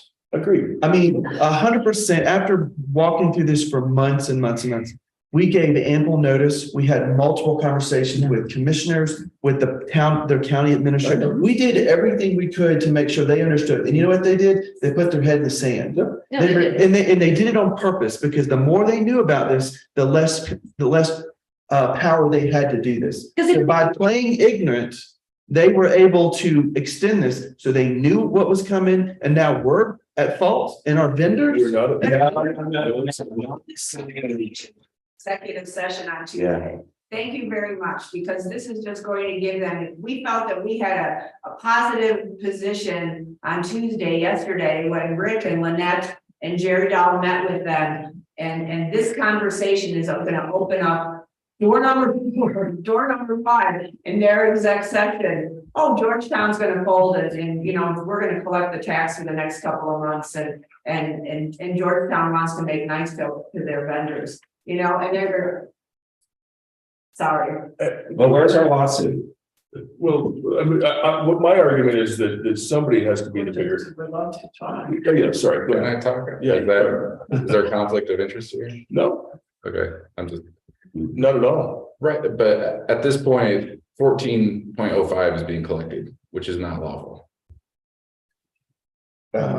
See, when you say that's not lawful, That's not what was voted on. I know, but that doesn't mean it's not lawful. Just to say that doesn't mean that's the case. Yeah. You take it's a legal system, and the Department of Revenue is the one who's the ones who's. Then in why don't we charge of just this. charge 20% or 30%? Why don't we just make it whatever we want, and why are we fighting over this? If there's no, Well, if the there's nothing there to hold The anybody county's down responsible. only by 2%. That's the state statute. That's all they can do is 2%. Whereas the town, we can choose whatever we want, but we're independent. We passed our own law. And it is what it is until the Department of Revenue, it takes word from the county that they're no longer collecting. Okay, So I guess it is a violation of statute 30.11.107.5. Says a county cannot collect when a municipality leverages a lodging tax. You're right. So who has standing in a lawsuit? Can the town sue the county? No, we're not injured. Well, there's nothing that we have to say, oh, no, you would have as a vendor. you would have be standing. injured if people aren't paying the tax, because that puts them in a compromised But that's with position. you. That's not with the county. I can't sue the county to tell Well, then them. the town can come after each individual lodging provider. Say that. Then the town would come after the lodging provider for not paying. Correct. And we have penalties and fees already put in play. That's how we would do that. We're not taking you to court. But how is that, how does, I mean, the whole point of this board and board of selecting the town, it's right here in our mission statement We're advocating for the business. for the businesses. I know, And- but if you even go back to what the whole point from the very beginning was, we need to keep the money that's collected back into. So the there's a community. legal argument and there's an ethical argument. The legal one, obviously, I think is a gray area at best. The ethical one is, are we going to stand up for our vendors, our businesses, like we say we are? Or are we going to say, sorry, we're not the injured party here and step aside while the piano falls on everyone who had no power and no say in creating the That's the situation? pressure that we as the town can put on, you know, as Craig brought up, as we've discussed in board meetings. That to go above Department of Revenue's head, you know, to go to the governor or go to the attorney general's office and put the pressure on them to take action outside of what their standard policies have been in the past. Maybe they've never faced this before. I don't know. Maybe there hasn't been an unethical county that's trying to take the same tax, the double tax, when it was clear that they shouldn't have been. You know, and not delay it until, you know, June 30th or July 1st or whatever the date is. You know, just because they've never done it before, doesn't mean that can't be pushed and we can't be the ones that are putting the pressure on that. It's not, this is how I read this. The statute, if you read the statute, the county is in violation of state statute. 100%. Right? And their excuse is the Department of Revenue's procedures are preventing us from coming into compliance with statute. Because they refused to acknowledge we had a tax for so long. Now it's pushed back. I mean, there's some clear lines here. There's statute and then there's departmental policy. Yes, And it's departmental policy, the Department of Revenue that says that won't turn it off that now. won't turn it off now, Correct, right? correct. That's it. Yeah. So, and that policy is driven by the governor. However, Department of Revenue, the executive director of the Department of Revenue reports to the governor. that is something that we're planning to also do, to talk to the DA, talk to the governor, talk to whoever it is to force the Department of Revenue to do what they're supposed to do. However, the Department of Revenue did reach out to us in October. So we were way ahead of this. No, I'm not testing blame. Yeah, I know. I'm not testing blame. Do you think that it would be harmful in your negotiations at this point if the Georgetown business community, during the 5-minute session for speaking, all started showing up to every single commission meeting and start saying something, and then if we as a group, as the business community, and get a petition that we need to do, Well, sign on to a letter to the governor and to the DA that the county is, or we see the county is working illegally and thwarting our business, our ability to do business in the town of Georgetown well. At the end of the day, it seems pretty straightforward that if the county has been collecting the tax illegally, which by the state statute they have, that it would be them that is responsible for the rebating to either it, and though, I mean, the way that I would view this before we put ourselves in a position where we said, okay, we'll, you know, whatever. Right. Is that we would need a guarantee from the county, they're gonna pay us back, because it's our money, like, it's that simple. They- You just say that. they have said it every meeting that they will not reimburse. So I think it's time. Their response would be, well, I think that's. And to go with the right organization, the grassroots way, instead of this, which can harm us in the end, but really what we're fighting is the county who's in the wrong, like you've been saying this whole time. And Craig, I still have I still believe what I said, but at the same time, if this isn't gonna happen and we have a line in the sand, then I think it is time for us to be far more vocal, that it comes more than an article in the paper, that it come to multiple articles in the paper, that there are a bunch of people from the promotions commission and the business community in this town showing up at every single commission meeting, and I'm willing to do that. It's been a little bit challenging for the public to get engaged in this, frankly, because so much has been done through private meetings, which is right, private staff meetings and executive session, which makes it difficult for the affected community to actually do this, what we're doing now, right? Because we're getting fed bits and pieces of information, right? And then we assemble them and we hope, and then all of a sudden the puzzle picture takes place, which it really did last night when Amber Cho from the Georgetown, the Mountain Inn spoke. I mean, she really, for me, she synthesized the issue. Insofar as this is a position that we've put those vendors in. And I totally agree that we're in the right. Cross all our T's, dot all our I's, the county's at fault. Just because you're right doesn't mean you're necessarily doing the right thing by sticking to your guns, right? And we don't have to beat this dead horse. We can go at this another time too, and we can all just, Kevin, we can all send out emails and I'll go to get the the business community meetings. engaged. Because I think that the commissioners, I really because I've been engaged in this process since literally July of last year. Yeah. And George sat in these meetings. George sat right there on that screen and he listened to us have this conversation. He, and I have utmost respect for the commissioners. I'm not here to say bad things about them, but the reality is they didn't think we would do this. And they just pretended it wasn't going to be a problem. And they wrote their budget and pushed through all their stuff without the consideration at any moment. And when it passed, they just chose not to acknowledge it. They literally chose not to acknowledge it. They knew. And so it is so unfair that burdens on you and every other vendor in this town who has to deal with this. But I just, in my heart, and just don't want to be like, okay, to placate that, because unfortunately that's. So we're placating. I understand, but That's not that is what placating in the short game. In the long. Short game, long game is our vendors, and that's Respect that, and I respect the need for that, but it's like that last, sort of death grip of being like, oh no, okay, fine, and it doesn't sit well with me. Unless they would come back and say, we'll reimburse you. Yeah. Well, that's not an option. It's not an option from Department of Revenue. It's not an option for the county. They have made it clear over and over again. They've never moved that position. So I think this is where we're at right now. And we can follow because we're already talking to the governor, talking to the other people. And my suggestion to the vendors, here's the other thing that it's the other monkey in the room that we're not addressing, is the county is not going to stop. If we may lose they may relent right now, but they're going to come back. So they're not convinced that a 4% is a burden on you. Okay, so it's coming. So what does it mean that we're all on the same page, like you said earlier? It doesn't matter if they think 4% is a burden on him, they can't impose the tax. I know, but there are going to be many other battles with this. They can try and pass another type of tax. That's all they can do.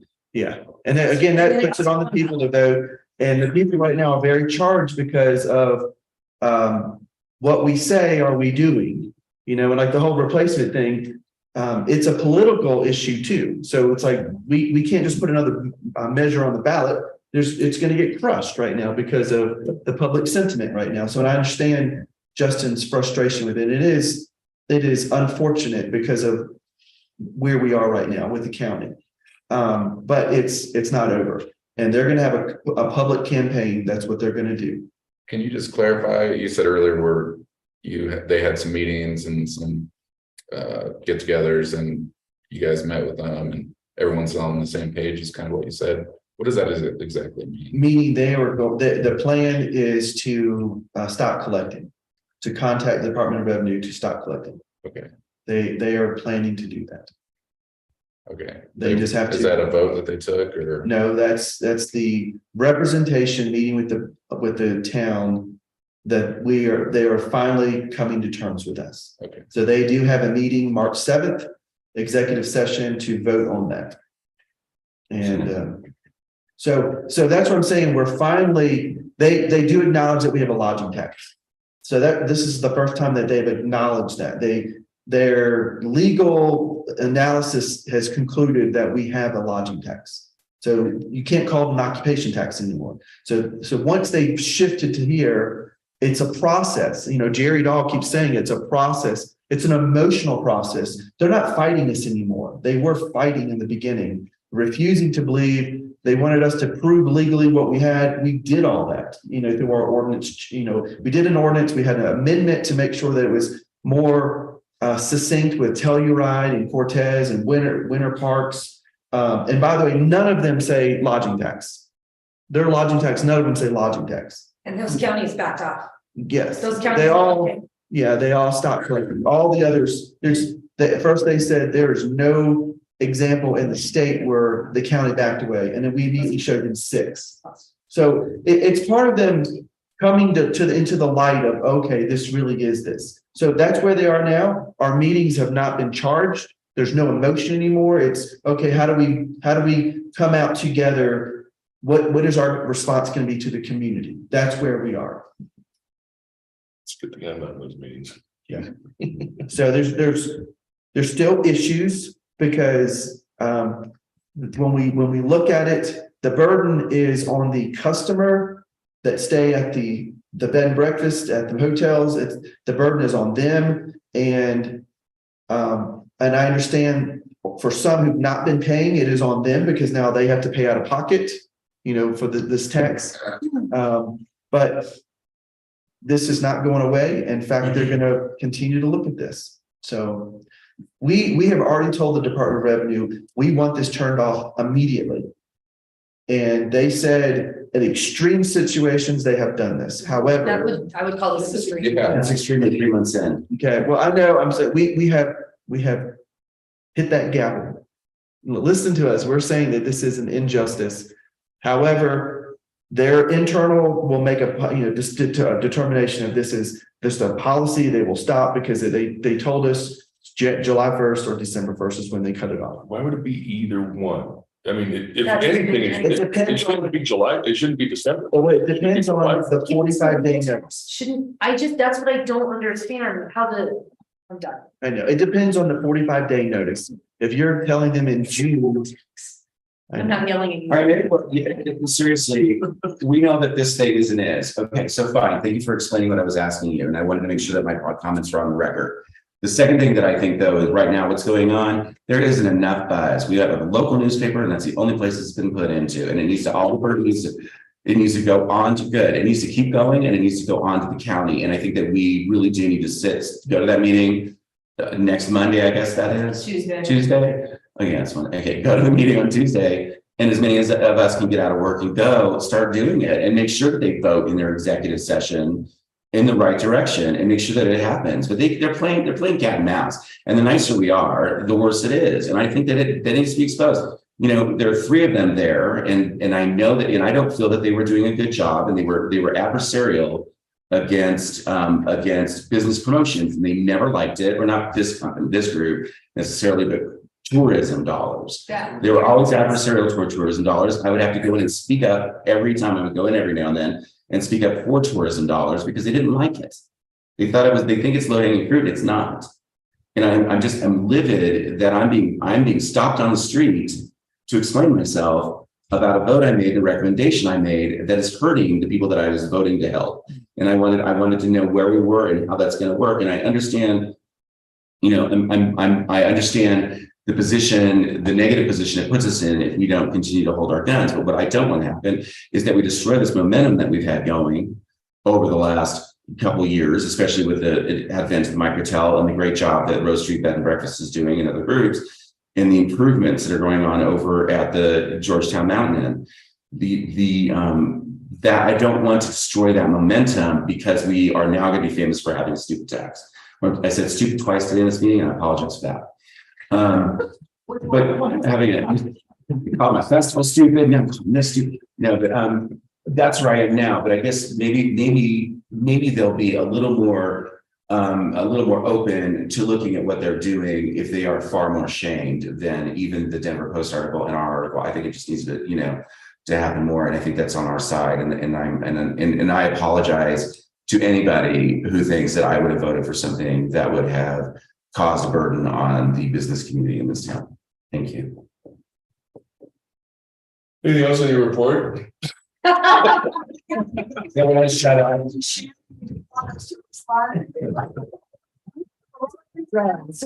Well, we need to respond. It's our job to respond, and this has become too public to be quiet about. Agreed. It's full press release Agreed. page in here, so. Extremely unfortunate. Turn it on. Is there anything else? Well, I mean, I was going to say, as we're thinking this, you guys are charged and it's great. It's nice to have people who also have a passion for this, because it's like going back to why are we doing this? Is we were underfunded and we were trying to recapture this. And We did it because we knew not only were we underfunded, but we were watching a tide that was very specific in regards to tourism and marketing take shape. And it, to the point that even people within the county's ranks were public about what we were doing in support of it, because they recognized the long-term ramifications of pulling tourism and marketing dollars away from the cause. And there's certainly a very real need for everything that HB 1117 backs, but to pull up to 90% of those revenues away from the same people who the hand that feeds us literally didn't sit right with us. This was never about just like saying, screwing the county. It was about taking control of our own revenues to ensure that we were not at their mercy, on all honesty. And that's what really started this whole conversation way back when. I guess I'm just thinking there's two options that we have right now. And I know I don't like these options, but however, I still feel compelled to say it. Option one is to go with pitchforks to the county and demand a moratorium for them to stop their collection. I have a really nice picture. Okay, so I'm just saying that's an option. Very sharp. They make moratoriums all the time, not all the time, but they know that's an option that they have to, is declare this is violation. I'm angry. You're putting your head in the sand. Help us. This is not what this was for. That's an option. Second option is go to the Board of Selectmen and ask them to do the same thing. As much as I don't want that to happen, because then that changes now everything that we're planning on as far as staff and everything else for a full-time position. We will not have enough money to do that, but it is the right thing to do if that's how you feel about it, is to go before each one of them and see what happens.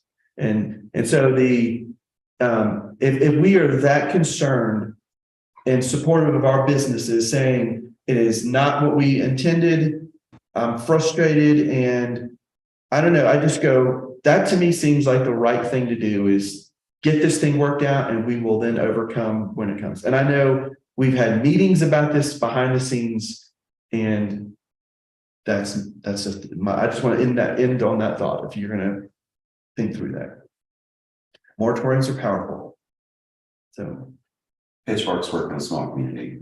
yeah. I think that's the only way you're gonna have to go to make this work.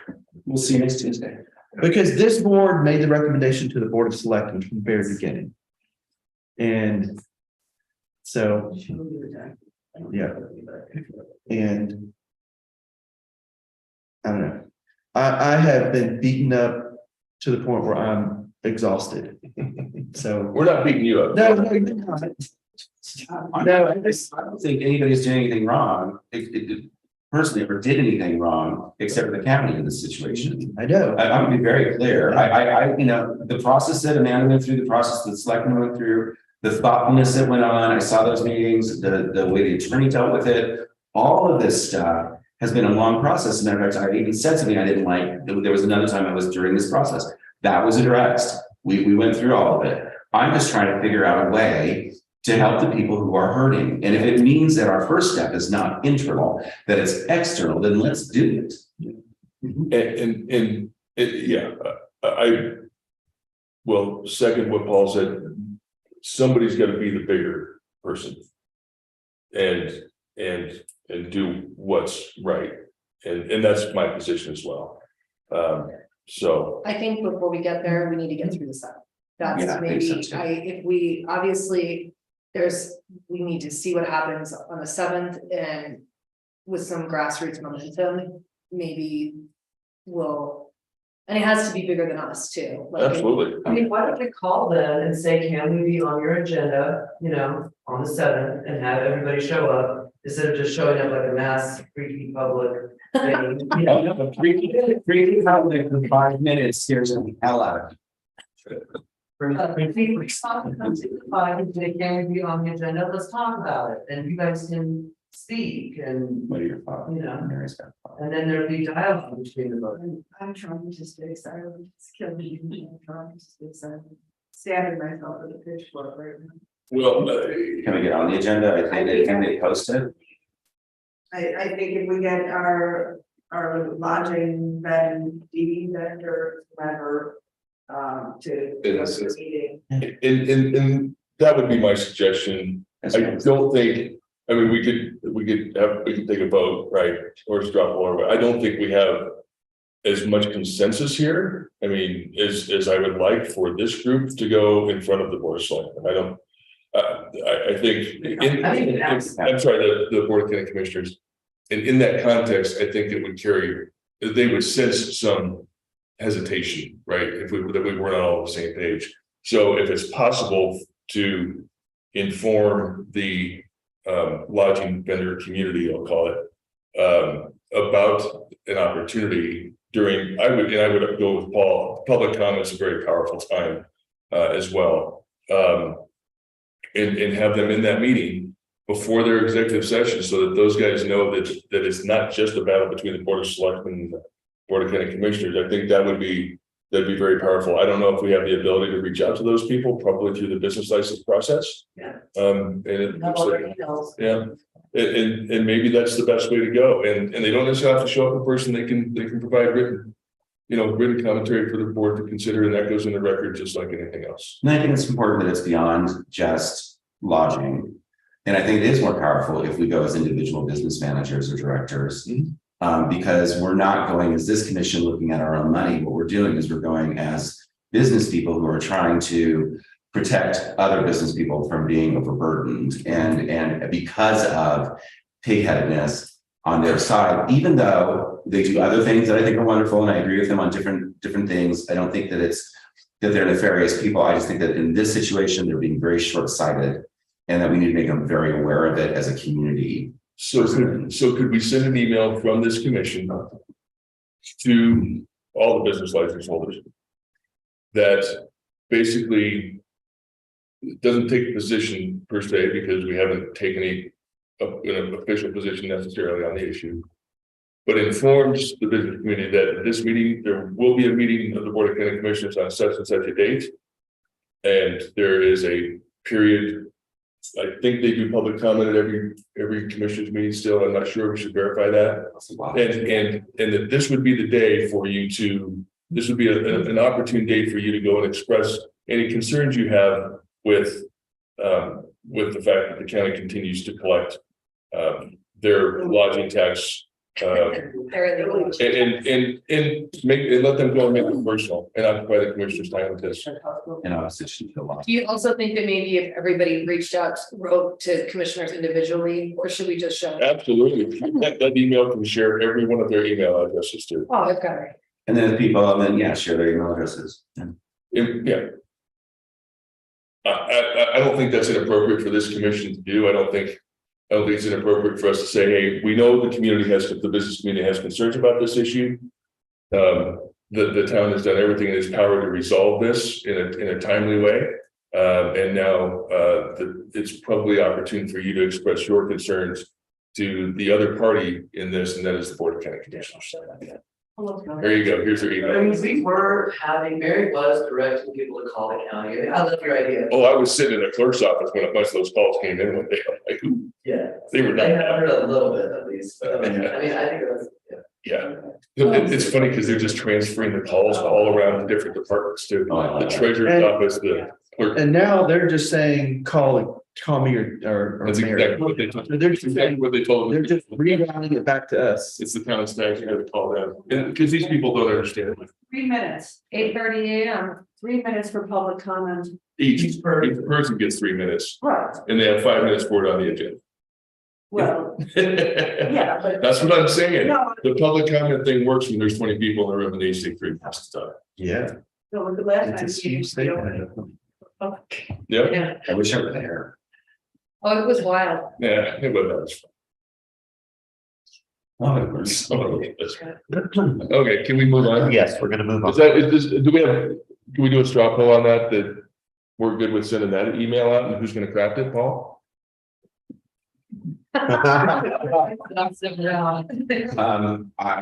In all honesty, I hate to be the one that throws Okay, then Amanda. hands to it. You don't have time, you don't you?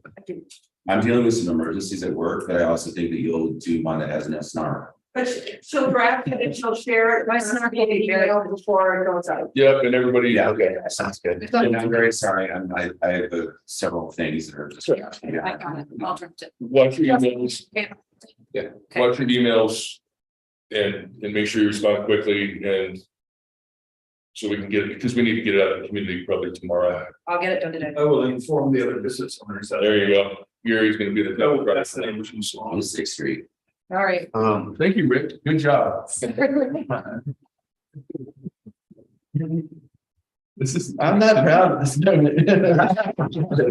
Table set. Yes, that was going to be my suggestion, is that we table the discussion on creating a workforce support commission aligned with lodging tax implementation.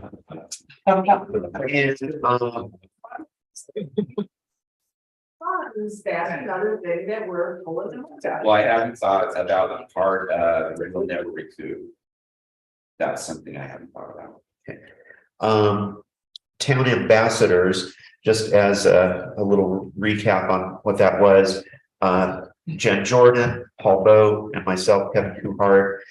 This is a little special interest subcommittee we were tasked with. And where we are is I'm trying to, and for a couple of months now, trying to determine the mission statement of the community center to see if there is any overlap with their mission. My thought being that maybe they would be better suited to create a town ambassadors program than the town of Georgetown or this commission. So I have not been able to get a mission statement, so. They're having their potato bar dinner, monthly community They dinner. That was Sunday. Yeah, but they're gonna start doing one once a month. Yeah. Maybe. So I know that There's there, good collaboration between them, between the visitor center and between the commission. so, Community center. Between the community center, the visitor center and the commission. okay, and so we just The need, visitor center on time, but we'll No, have. I don't know. so I'm still trying to get information to see who does what. I'm familiar with what the Georgetown Trust does in the visitor center. I'm not as familiar with what the community center does. They don't have an active social media presence. I know that they're developing a website, but I'm not sure that it's up yet, and that's where I started. One of their assistant managers is working for me seasonally, Okay, and I can get with her. I just want to know who the players are, what their missions are, and just see who would be the best people to either develop this program or roll it out. Okay, Just for clarity, is this something that the visitor center would potentially be part of? Sure. I think that would be awesome because it makes sense. You know, And supported by us. yeah, Yeah. As- Because I can see financial needs associated with it. uniforms and stuff like that. My board is interested in finding ways that we can work together with the community center in a better way. We always have, we've had members that we've shared as board members. I've always been looking for ways to do that. I think this is a perfect goal. Okay. All right, so still hunting down the. Not that I have volunteers. But I hope you've had a moment to look over the minutes I did from catch one. last month. Okay, so let's hear it, folks. What are your changes? I did not call this meeting to order. It was Okay, called to order by Chairman Kevin Carter. thank you, and I also have your name on the signature. Thank you, notice. Thank you. Yeah. All right, any other changes? Corrections? Additions, subtractions? Could I have a motion to approve last month's minutes? I'll make that motion. Second. All in favor? Before we wrap up, I want to say one thing. Sure, go for it. It is Jen's last day, thank you. Yeah. Yeah. and I just wanted to, you don't cry. Now.